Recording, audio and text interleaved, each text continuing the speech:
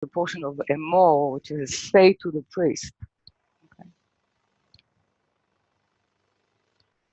Actually trying to, or what is being given to us is, one can say, it's the way we can enter the process of temple of time. Okay. So the portion of Emor is dealing with the timing or the calling that are happening on the cycle of the year, and in each year means the light that is standing nearby to fulfill or to bestow itself to ready vessels. So each year we have this cycle in which there are callings or invitations from holiness, and now we can see why actually it's a portion that complete and that completes the notion holy you shall be. So how you will treat, or what is there to help us become holy, is the holy days. It's the calling, it's a mutual call. It's a call from above that is sort of asking us and calling us to awaken to its presence and to awaken in ourselves the need for it,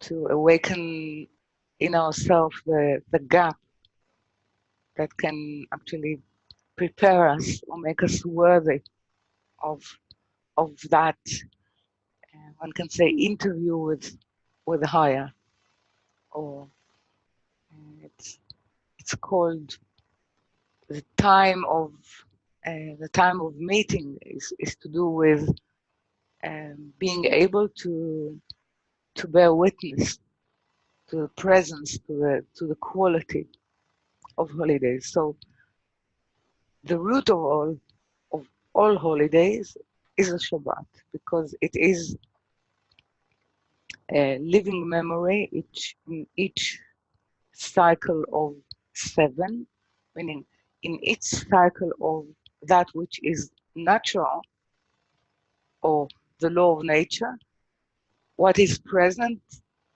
is that which humans do not have a part, or do not have, because creation is all the time, do not have part in it, because as we see from Genesis, from the book of Bereshit, it's for the 6th day, including the creation of this consciousness, which is called Adam, on the 6th day. Then everything is being sort of given to Adam, and the 7th day is something that in the plan, or from the standpoint of the plan of the Creator, has been completed. Everything is there. Everything has been done by the Creator, ready for the human being to complete it. So actually, it's a live memory, or a living memory, a living testimony to the plan and the quality of creation, which is called Shabbat. So this is sort of the norm, or the root, that everything is stemming from it. Now, the rest of the holidays, which would be Pesach, Sukkot, and Shavuot, meaning all holidays that are actually to do with, one can say, definition of, it's the definition of the measurement of human involvement in the plan of the Creator. So Pesach is actually being born into the consciousness of being able to work together or to serve that purpose, the purpose of the creator or creation. And for this, there is an exodus from that which enslaves us, or from the will to receive to oneself. So it seems that we start with no human involvement, and there is a degree of increased involvement. Involvement say that we did not take ourselves out of Egypt, but we agree, or we discover the need in ourselves to free ourselves, or we discover actually the reality of us being inadequate vessel to the purpose of creation. So in a way, all holidays are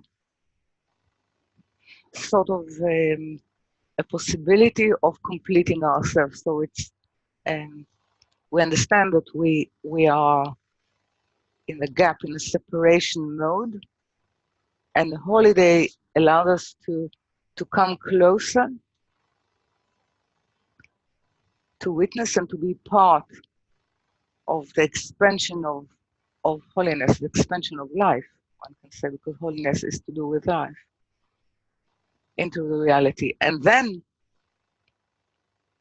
comes a third stage, which I would like you to look at. So if you have the Bible in front of you, Torah in front of you, basically.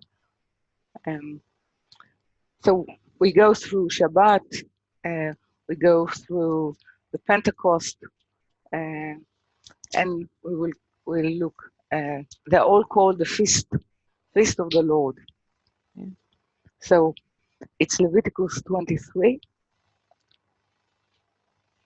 verse 1. Yeah, and the Lord spoke unto Moses, saying, speak unto the children of Israel, and say unto them, concerning the feast of the Lord, which you shall proclaim to be holy, convocations, even these are my feast. So let me try and sort of relay to you in a bit different way, so you will see the weight of it. So speak. After he was saying to the priest how actually they can sanctify and purify themselves, what are their duties, then it's for everyone, for all that proclaim themselves to be Israel. Okay, so it is called holy days, or the sacred days of Havaya.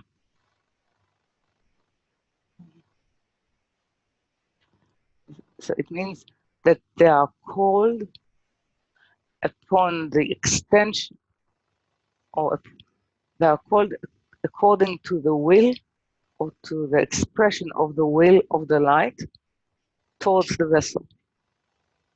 It means that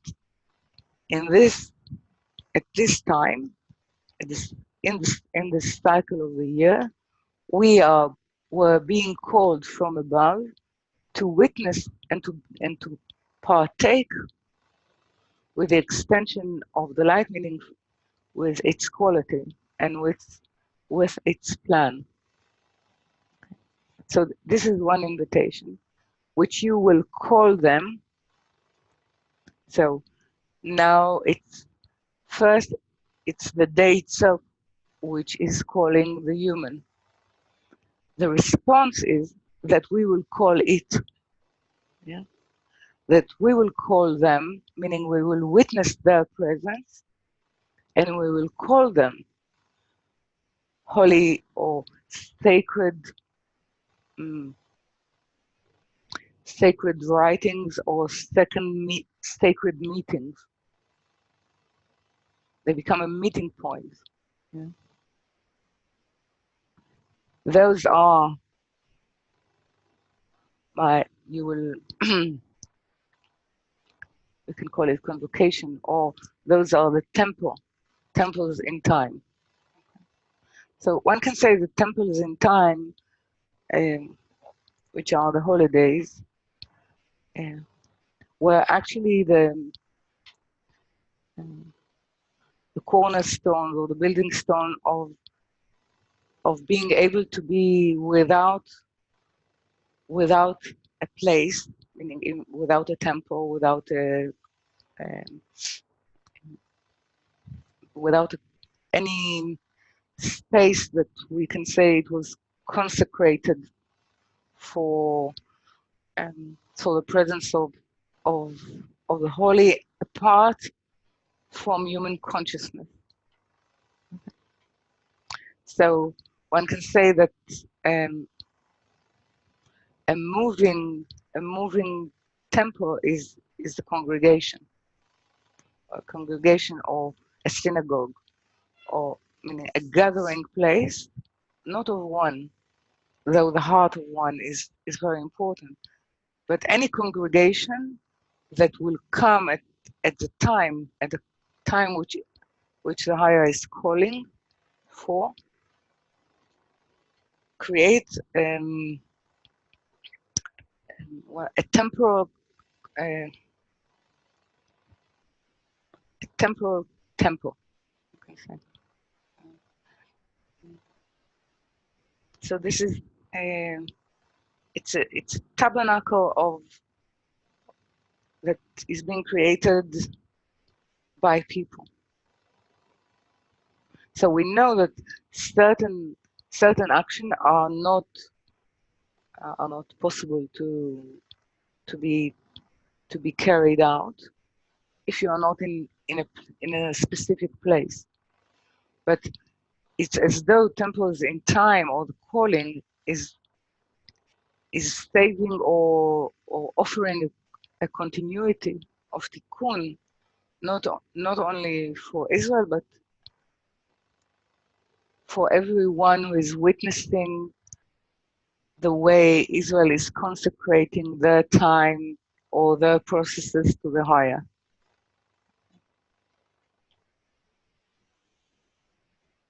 You can say that it is almost the formula that any religion will adopt, but this is the root of it. Okay? I might speak later about the differences, but this is very important to see. But I would like to point out that, okay, we are going through all those set, one can say, set holidays. So we know that for the world to come as a whole, as a reality, will be called Saturday, or the eighth day. The eighth day. It's the meeting point of us completing our 6,000 year of preparation, or tikkun, which is not to do with years, but to do with qualities of 6 sefirot. The 7 being sort of 7 being Malchut, counting in herself or allowing all those 6 qualities of Chesed, Gvura, Tiferet, Netzach, Hod, and Yesod to actually be the identity of herself, to feel her, okay? To extend themselves and to be actually that which constitute Malchut after Reformation. So in the day to come, or the world to come, it's a day of Saturday. So one can say how we look at Saturday, or how we express the fact, or how it's been expressed, the fact that actually if it's for witnessing the memory of the act of creation in which human did not have any part. So in a way, on Saturday, we need to relinquish everything that is particular human. In a way, we not in terms of morality, but we're saying that everything that is the color or the definition of what human usually are, what they are doing, they're not participating in doing. Why? Because in a way they evacuate themselves for for its doing, for the creator's doing. So it's very much a state of mind. It means that we are not sort of doing that which create a different reality for ourselves. We allow the presence of let's say the plan of the creator to bestow goodness to its creature to fill us. And then you would see that the more the holidays are to do with human participation, there's more doing, in a way, becoming through doing from our part. So those are, let's say, we have 3 points of which represent Chesed, Gvura, and Tiferet, which is to do with Pesach, yeah, which is to do with Sukkot, or which is to do with 3, actually, the beginning of the year, the head of the year, Yom Kippur, and Sukkot, which are the 3 which all sort of tied up in Gvura, and they are coming into fruition in Sukkot. And then we have a day which is basically an expression of a day, which is the day of the giving of Torah. We see, because we know it's not the day of receiving Torah.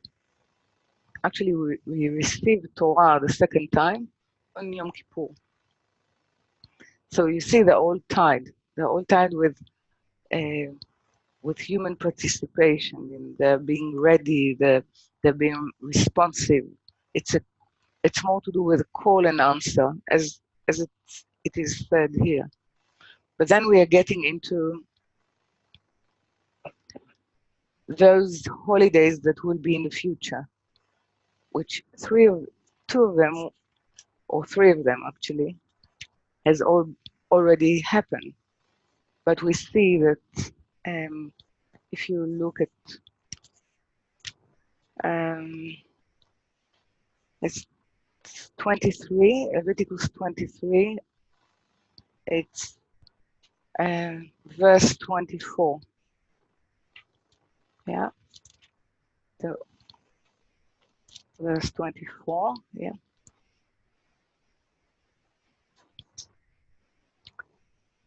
Yeah, it's 23 to 24. Okay. Usually it's you know that in the Torah there are formulas of expression. This formula of the Lord saying something to Moses, and Moses is relaying it or saying it, talking it, or saying it. It depends on the recipient part, how attentive they are. Okay? But then this is something we don't know.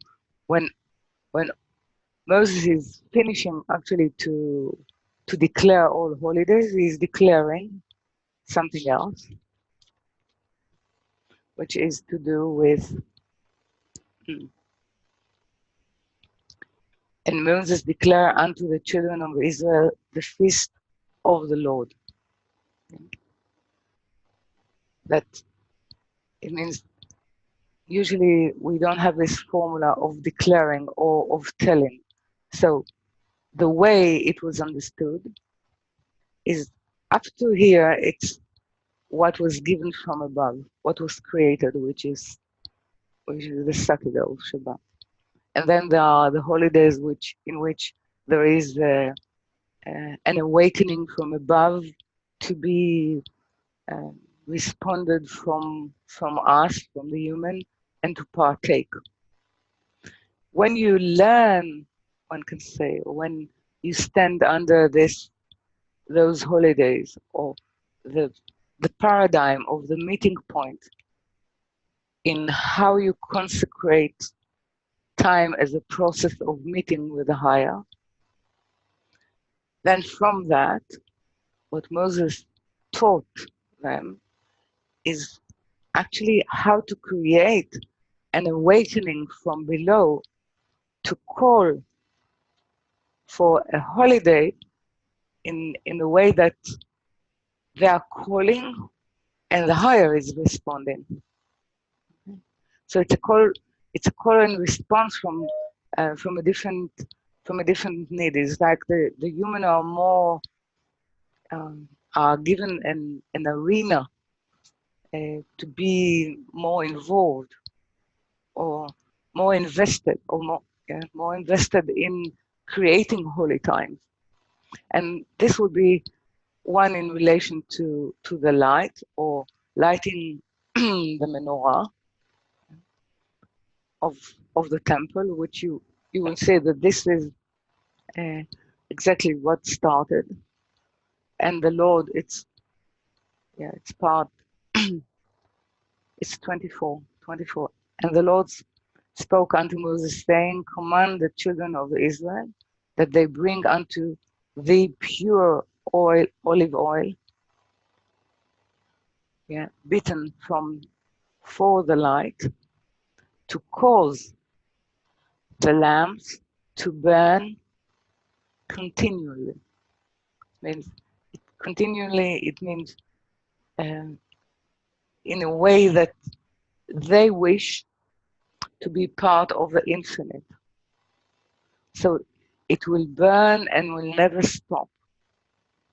So basically, they need to overcome any attempt to extinguish the spiritual light in which they carry.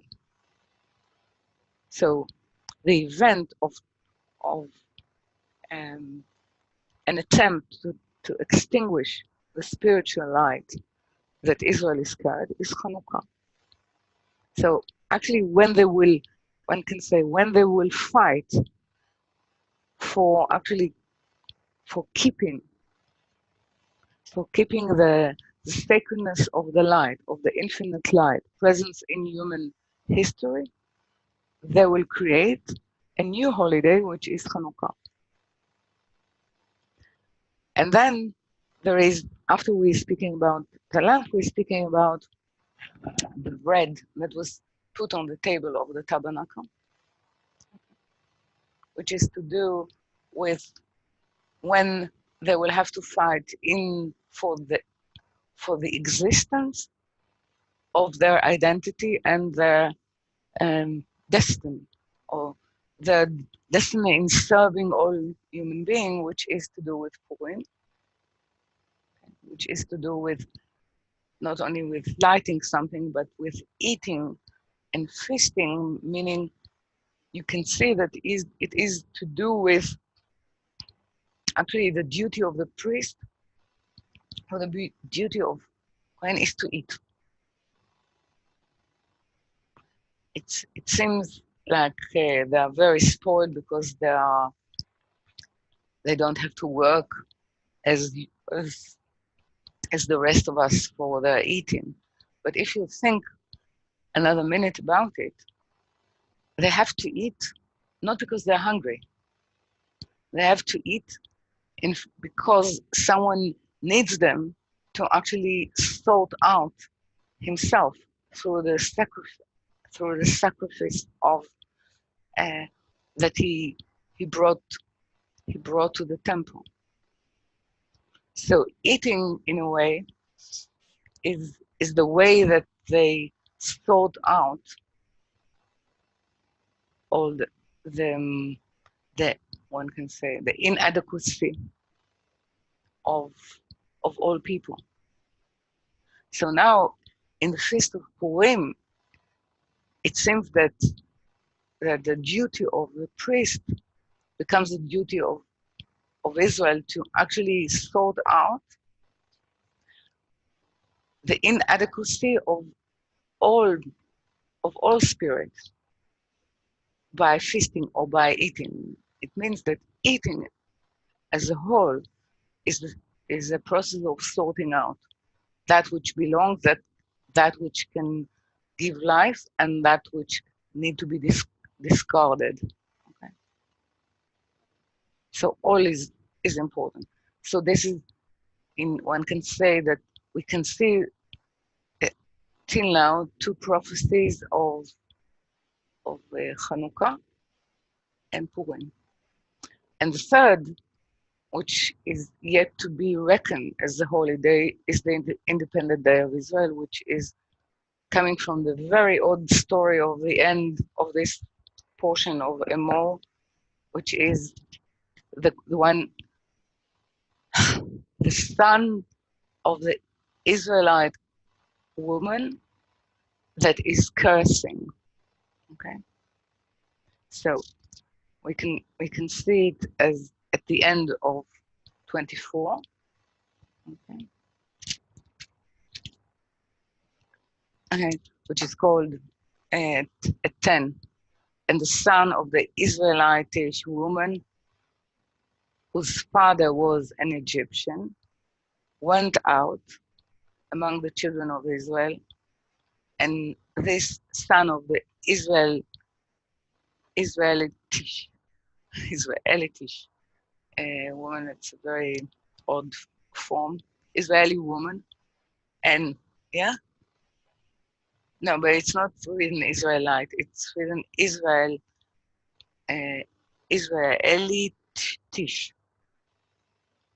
Israelitish woman. Okay, so this is how they translated it.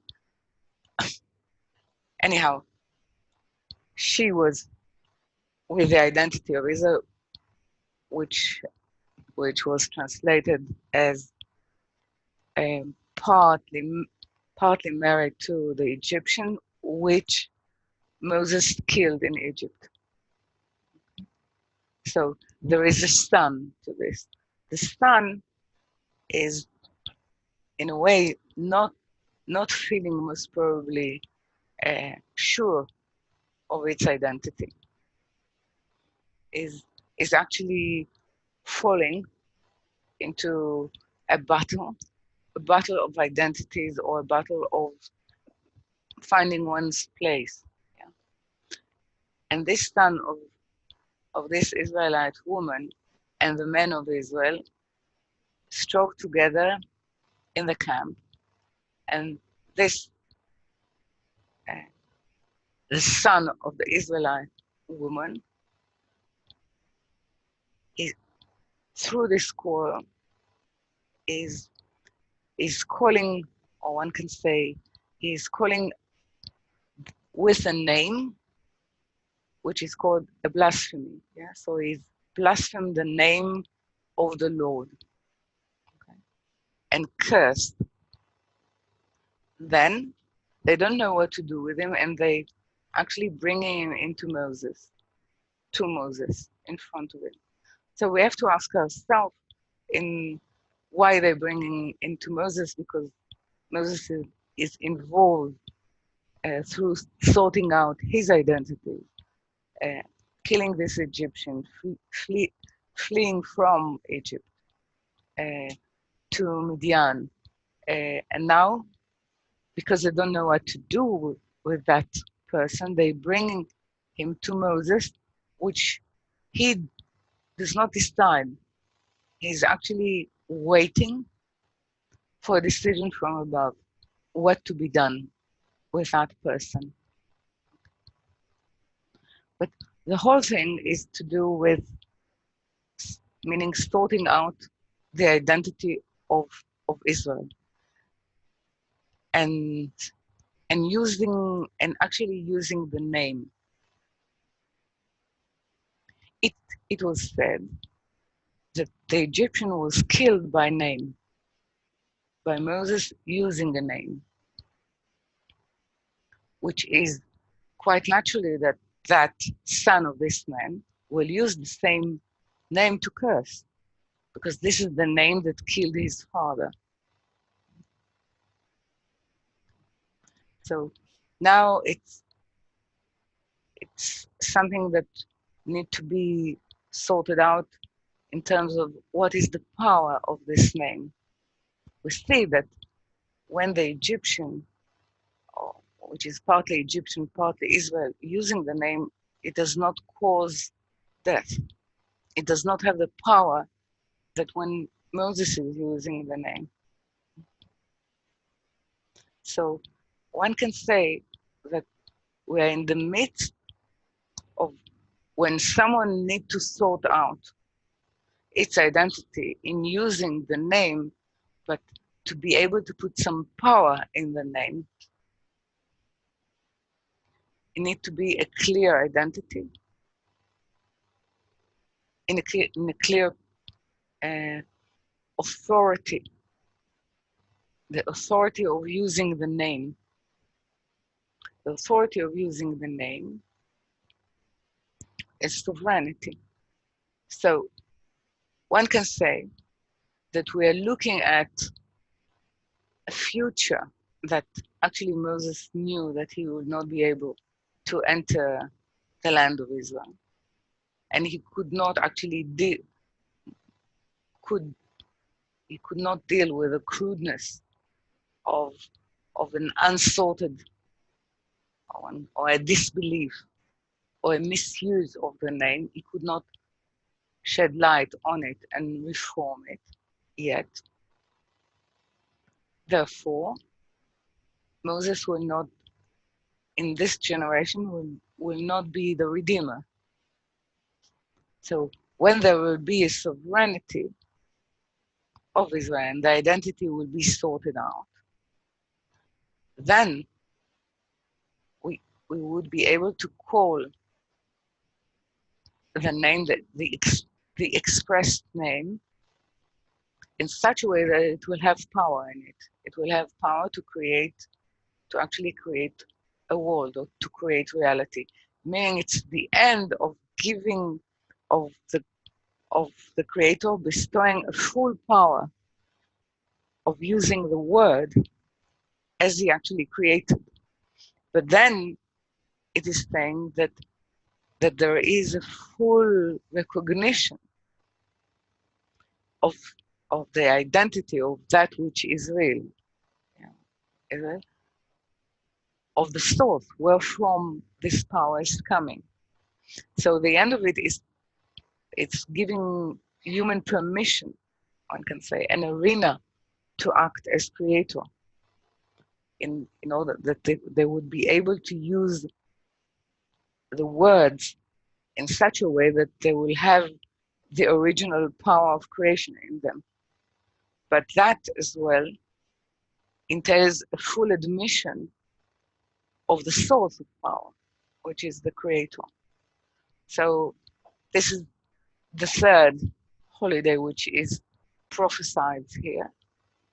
And we can say that this is why Kabbalistic will say that in the future to come, in the days to come, all the holidays will be cancelled apart from Purim, or Purim and Chanukah, meaning, and the part of the human being creating with the knowing of the power of the name, of the expressed name of Havaya, which is the building stone of all creation. They will know how to use it.